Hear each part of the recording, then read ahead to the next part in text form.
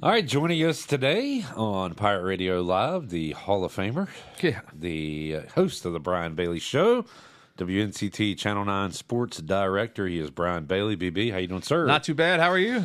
I am all right. A lot of folks were excited last night to see the Chiefs go down and the dynasty take a pause. I am not one of those people. I'm not either. And I did not enjoy the Eagles going up and down the field. And really, the Eagles just completely stifling that Kansas City offense. I got to give them credit. That was an impressive performance by Philadelphia last night. It really was. And I think when you look at the MVP award, now Jalen Hurts had a good game, no doubt, not taking anything away from him.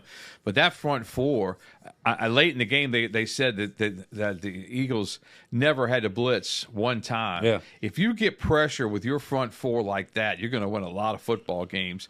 And they were really impressive. I mean, Mahomes didn't have a chance. You know, it's Super Bowl 12 when it was Harvey Martin, Randy White for the Cowboys. They shared MVP honors. I thought some of those defensive guys, maybe the whole front four, deserved it. Obviously, it's hard to do that, and Jalen Hurts is the easy one to just a circle on the ballot. And he did have a good game, no question. But that defensive line, I think, was the biggest difference. All the talk was the Chiefs have to somehow contain Saquon Barkley. Yeah, and if they you did. look at the box score, you think the Chiefs probably won that game the way Barkley was unable to run. But Hurts beat him. But really, it was that defense and had a pick six, had a pick that set him up for another score. I thought Dak score. Prescott was playing for the Chiefs at one point. It was a full meltdown. You still gave the Chiefs a chance, right? Like even 24-0, I was like, all right, they can do something. When they got 24-0, I was thinking this is going to take some kind of effort. I'm not sure if we're going to see that kind of effort tonight, but yeah, it was really just it was stunning to see Mahomes look so normal. Yeah, I mean, he looked like a quarterback that was just having a really, really bad day. It happens sometimes during the regular season. Doesn't ever happen to Patrick Mahomes, but it did in Super Bowl 59. Yeah, and the Eagles win another one. We went a long time without seeing them win one. It was a fun joke to make. The only team in the NFC East that couldn't win one, and now they've won two since anybody's won one. Yeah. I remember that. I was going to ask you too. Did you see the Jimmy Johnson tribute that they did with? They went back and did it through. Is it artificial intelligence or however they do that thing? It was really well done. It was really neat. They took him back to his days when he was a player, and they made him up where he looked like he was telling his story. I thought it was great. And I saw a couple of people just ripped it on social media, but people rip everything. Jerry Jones probably ripped it. Probably, but it was I thought it was really, really well done.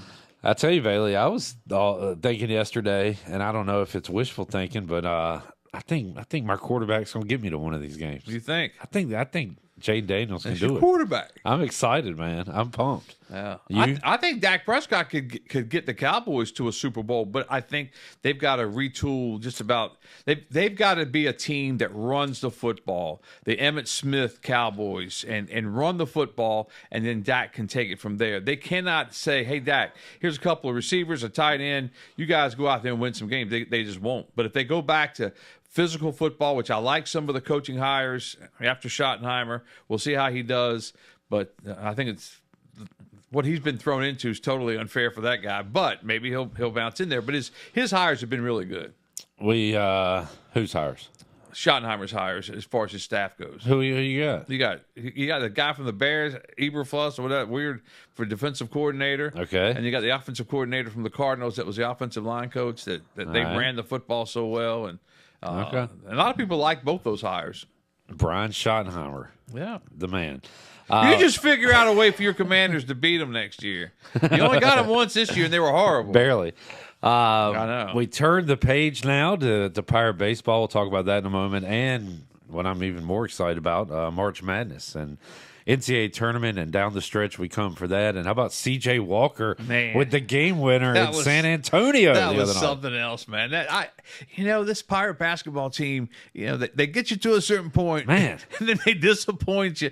But they play hard, and Coach Schwartz is coaching them up. And if they had just won some of the games that we feel like they should have won, but it just wasn't in the cards. But then they go to San Antonio, and that was what a clutch shot. I mean, Yeah. he was defended. That was great defense, and he turns around and just puts it in the hole. You know, if RJ hits that shot, what was that, the Temple game, the second Temple game? If he hits that shot, they win that game. They lost it in overtime, but there have been some chances, but that was a great chance for C.J. Walker. C.J., I don't know if you had a chance to talk to him, but he's a really good guy. Yeah. I mean, I really enjoyed talked to him talking before the season, and just to watch him grow throughout this season. He even tweeted something over the weekend that he was pressing a little too much. This was his last go-around, and then decided to kind of let it come to him, and now he's the guy. Yeah. RJ has struggled at times a little bit, and C.J. Walker's been the man for ECU. It's been good to see. Yeah, he's been really, really good, and Jordan Riley can take off with the best of them, and they've got pieces. The problem with basketball now, you got pieces, but you're going to lose those pieces at the end of the year. You got to put more pieces in, but I guess you get to that point when you get to it. You just got to play the season out and see where they end up in the tournament and try to make a run. Last week, my question of the week was, I give you Duke and Auburn on one side, the Field on the other. Which one are you taking? Both of those teams lose. Yeah, I'm taking the Field. On Saturday. That was an easy one now, but Duke losing at Clemson. Clemson's got a good ball team. Auburn losing at home was a little bit surprising, but Florida, the SEC, has been so strong this year, but just makes me excited for what we're going to see next month, Bailey, in the tournament. Yeah, I don't do a lot of gambling at all. I didn't know it's legal, but I did do like a little $5 deal with Cooper Flagg because he had to go over 25 points and 7 assists. I was 0 for 4. I turned it on late, and I said, I wonder how many Cooper Flagg had. He had to have 25, I think it was. He had 4. So, yeah, it was not good. Yeah. And it carried over to Super Bowl Sunday, so with everything. So. No wonder you don't gamble a lot. No, that's why. I do not. I do not. Yeah. I did I guess I about broke even. I had my favorite bet is the shortest touchdown under 1.5 yards, and that one hit at the very beginning of the game. So that one got me pretty much even with all my Chiefs losses. I had Saquon Barkley to score the first touchdown, and when that thing got called back, I thought they might be too far for the tush push. They were going to give it to Barkley. But no.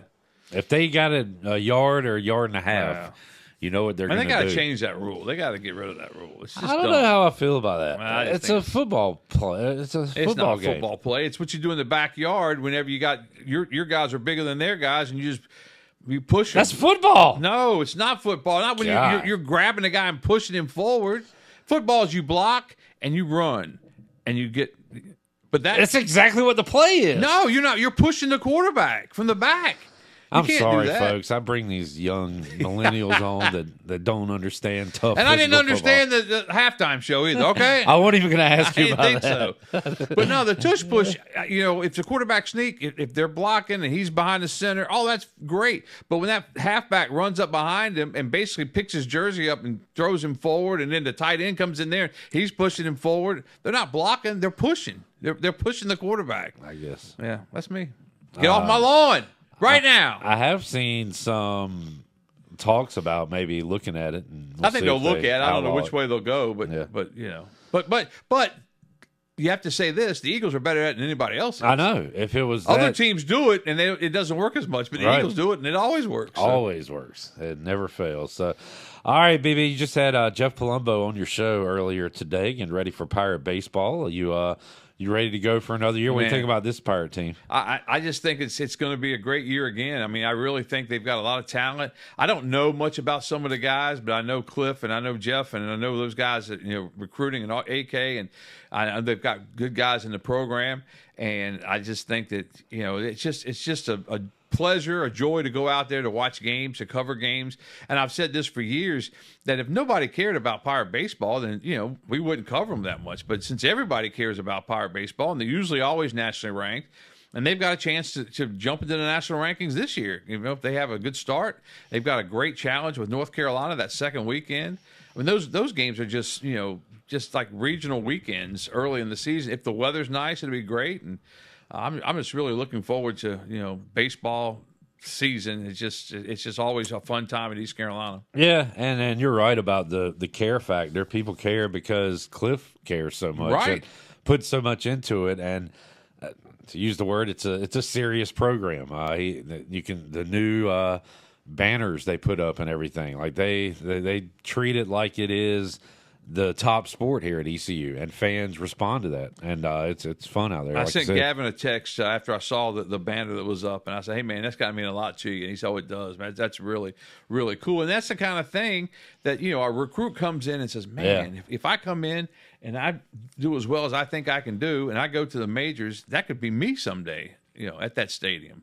And we got major really cool. leaguers to follow. Shirley will do a good job. We got a ton of minor league guys. Oh too, yeah, to keep up with. Yeah, So, I can't keep up. I look for Shirley's help a lot of times and try to find who does what in the minors. And you got Clayton McCullough and what he's doing with the Marlins. And I've seen some of the interviews, and Connor Norby's down there with him. And I would love to get a chance to go somewhere. I'm going to really try somewhere this summer to go see him manage and maybe do a story of some sort. And I ought to go see him in Wrigley. yeah, but now I got to take Melissa if I do that. No, I'd Maybe love go to. up to Washington. That'd be fun. a little easier. I'd maybe. love to do something like that. I think I got enough connections. His dad was just on the radio with us the other week, so we can figure something out to get that thing done. How the Cubbies going to be this year? Do you know? Have you looked at them? I look and I think what they did last year, I think they made some strides, but they've got a ways to go. But again, baseball season. Well, the major start March 30th, April 1st, 2nd, something like that. I'm excited for another Braves year. Didn't do hardly anything this offseason, but they got some pieces. They can stay healthy. Yeah, and that's the key. Can you beat the big bad Dodgers? Clayton McCullough leaves the best team in baseball to try to help out one of the worst. Interesting how that's going to happen. It is interesting. But I've always said, and he interviewed for a bunch of managerial jobs, and once you get one, you can usually hang around for a while. I mean, if you have any type of success at all, and then you maybe have a couple of bad years, you get fired and you get picked up somewhere else. But baseball's in his blood. Great guy. Howard's a great guy. His family, Howard's wife taught both of my kids in school, and they loved her to death. I mean, Caitlin was talking about that yesterday when we all went to lunch together. So it's kind of a cool deal. We got Daytona this weekend, Bailey. When's the last time you went to a race or covered a race? I haven't done that in a long time. We used to go to Richmond for the Colonial Basketball Tournament, and we would go up the day early sometimes and go to qualifying and do some of that, and maybe sometimes go to the race. It's just gotten to be where it's a different animal now. I think I've told you this before, but back when I first started in '84, they would bring a plane to Greenville, and they would put me in a plane, Lee Moore, who was at Channel 12 in a plane, the guy at Channel 7 in a plane, and they'd fly us to Rockingham, land the plane, and we would go out and interview all the drivers about the race coming up in a week and a half, 2 weeks, and use that stuff. It was great. Got to meet Dale Earnhardt and Darrell Waltrip and all the guys that my dad thought were just the greatest ever, and so he thought I moved up in his book when I got to do that. Yeah, good stuff. I got that coming up this week. What else you following? Local high school hoops? High school basketball winding down. Tournaments will start pretty soon, and it's going to be interesting to see how far some of the teams in our area go. Obviously, the big bad Farmville Central Jaguars will be somewhere trying to get back in that state championship game. But Rose has had a really good year with Robert Duck in his first year. He's done a great job. They had that long winning streak, and South Central popped them, and they've won 2 or 3 more since then. Looking forward to that, and we get really busy with the spring because you get the high school basketball playoffs, you get the ACC tournament. We've got You going to that? It depends on what we've got with the high schools because they kind of back in the day I did anything to go to the ACC. I went to 25 straight, and I loved every minute of it. But then it's kind of gotten I don't know if I really want to go watch Stanford play SMU. Nah. That is going to be. Does every team make it? No, every team does not make it. Okay. And I haven't even looked at the format. Yeah, and Carolina's going to be playing early in the week because they're struggling a little bit. State may not make the tournament. They've lost so many in a row. So it's just I just love the days of the ACC tournament when you get there on Thursday and then all the teams would practice. So you get interviews there, do your stories.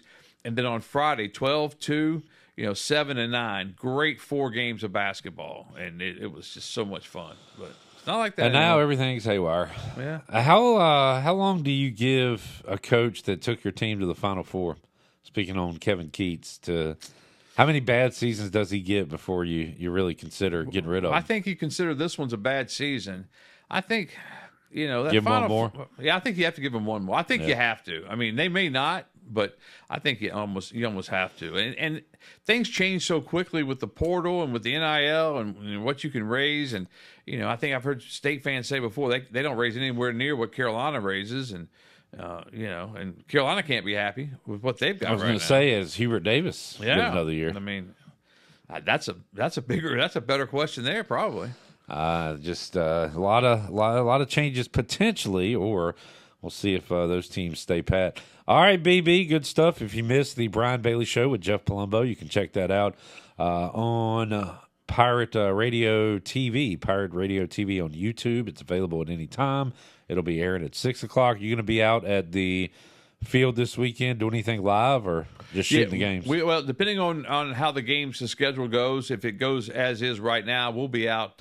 We'll go live at 5 and 6 on Friday for opening day. It's supposed to be cold, but we've had cold opening days before. I remember one opening day, Melissa had to take Storm to a basketball tournament in Charlotte, so Bella stayed with me. And I said, Bella, she was too young to stay by herself. I didn't have a babysitter. I said, you got to come with me. And bless her heart, she had about 3 coats on, and she sat on the tripod, base of the tripod, like a frozen icicle while I did the sports. I thought social services were going to be called. Another cold opening day ahead for Bella and the Pirate fans. Yeah, looks like it. All right, BB. Thank you, man. Thank you.